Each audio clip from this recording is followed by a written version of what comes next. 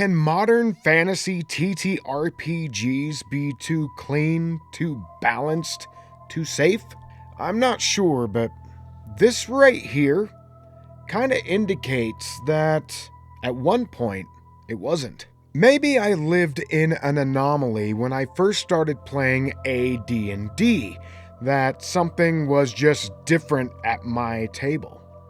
But I don't think so. This board game that I bought specifically for the miniatures reminded me of what fantasy felt like for me, and maybe for you too. If you watched my last video, you know that I am patiently awaiting for Dragonbane Trudvang. There's a link right up here if you want to watch that. With that anticipation, I purchased this board game for the minis that is based upon the awesome artwork of Trudvang by the likes of Paul Bonner and many others. So the board game has little draw for me, but the stories and what these little hunks of plastic evoke for me is worth the price of admission. These guys are so cool. 4 problems with modern fantasy, or TTRPG fantasy. Monsters used to be stories. They weren't just a stat block and descriptions of special combat moves. They were regional legends. That's how I played back in my RPG infancy days. Or at least, it felt that way. When I looked through the monstrous compendium, I had more than stat blocks. I had a section on ecology, how they lived, what regions they might live in, migration patterns, etc. Today, much of that has been stripped away. Not all, but much of it. Monsters then seemed folkloric and deep, because they were. I mean, TSR at the time was throwing every cultural creature at the monster manual, and it always seemed like a big, huge mess to me. And it was just an amalgamation of everything from Mesoamerica to Nordic to Tolkien and Cthulhu, etc. Which is great for the value, right? You get a bunch of monsters, but when it came to my campaign world and what I did in my game world, I wanted to be a lot more focused. So with my campaigns, I went with more of a thematic approach, at least. Cultural specificity is amazing, staying with the cultural identity and the creatures that would go with that land. When you do that, there's not a lot of explanation that you as a game master need to do. There's an implied history, and you don't need to worry about balanced stat blocks. I mean, you shouldn't even balance legends. They are legends for a reason. For me, game mechanics are a means to an end. It may not be for you, but it is for me. Thank you very much. Undead used to be tragic. Now, in most modern games, they're basically XP sacks that need to be ripped open. Folklore undead equals unresolved tragic wrongs. Instant story, man. Instant immersion.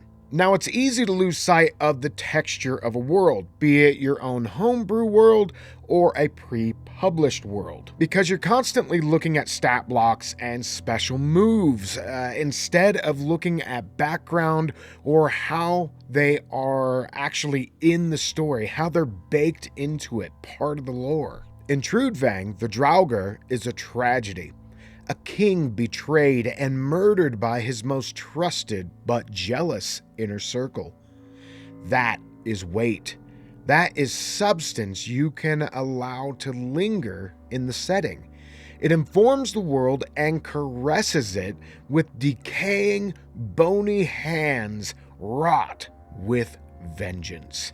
I'm not saying that you should get rid of bags of experience points. They do exist for a reason. But when everything is boiled down to an experience point piñata, you're missing half of the game. Fantasy used to be regional. Modern fantasy homogenizes culture. They put the dragonborn, the tiefling, the halfling, the dwarf, the elf, and the human all in one city, and somehow they just get along. If that makes sense to you, then by all means continue to do it. But for me and my table, it breaks me out of the verisimilitude. I cannot be completely immersed if that is the norm. It just makes no sense to me. It could make sense to you. Whatever. Everybody's different. When we talk regional, things are informed, like what kind of clothes they're wearing, what kind of tools they're using, or even weapons, the weathering on their equipment.